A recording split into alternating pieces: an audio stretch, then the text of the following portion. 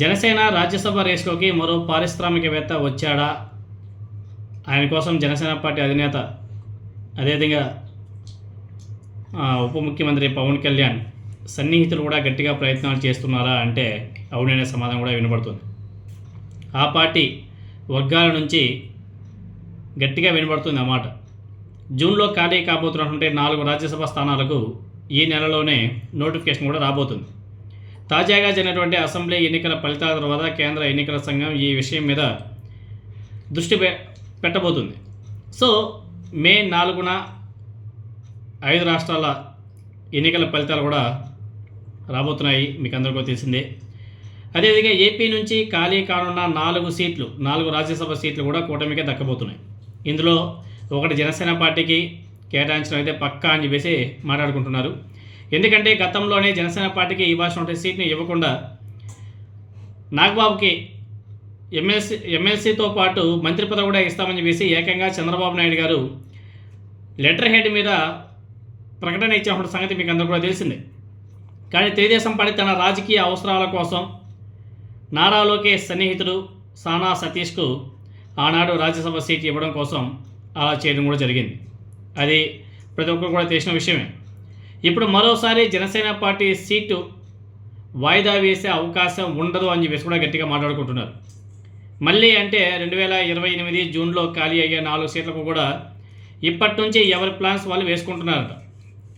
ఎన్నికల ఏడాది ముందు పోటీ ఎక్కువగా ఉంటుంది కాబట్టి అప్పుడు జనసేన పార్టీకి మరో సీటు కేటాయించే అవకాశాలు తక్కువగానే ఉంటాయనేసి రాజకీయ వర్గాల్లో గట్టిగా అభిప్రాయం అయితే వ్యక్తమవుతుంది.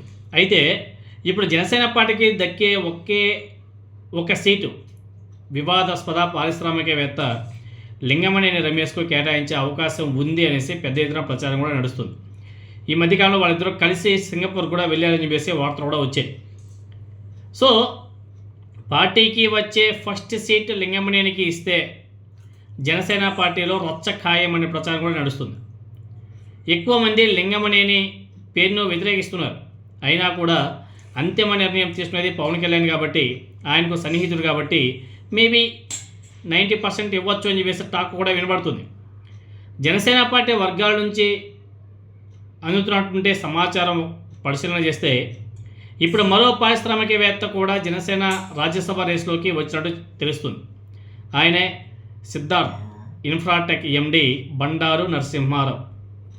ఆయన కూడా గట్టిగానే ప్రయత్నం చేస్తున్నాడంట. నరసింహారావు గతంలో జనసేన పార్టీ తరపున లోక్సభ బరిలో దిగేందుకు కూడా ప్రయత్నం చేసినట్టు జనసేన పార్టీ నాయకులు మాట్లాడుకుంటున్నారు. కానీ పొత్తులో భాగంగా ఆనాడు సీటు దొరకలేదు.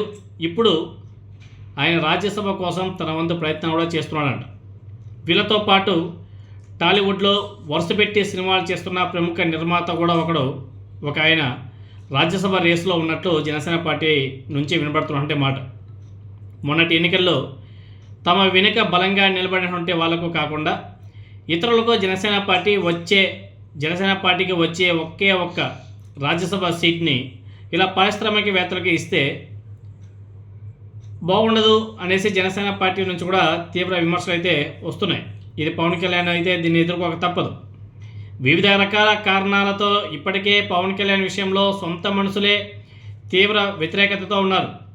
ఇప్పుడు రాజ్యసభ విషయంలో కూడా తన నిర్ణయం ఎక్కువ మంది అభిష్టానికి వ్యతిరేకంగా ఉంటే మాత్రం అది జనసేన పార్టీలో చిచ్చు రాజేయడం ఖాయం అని చెప్పేసి ఎక్కువ మంది మాట్లాడుకుంటున్నారు. మరి పవన్ కళ్యాణ్ గారు ఏ విధంగా ముందడుగులు వేస్తాడు, చంద్రబాబు నాయుడు గారి సలహాల మేరకు మరి ఏ విధంగా ముందుకు వెళ్తారు అనేది చూడాలి.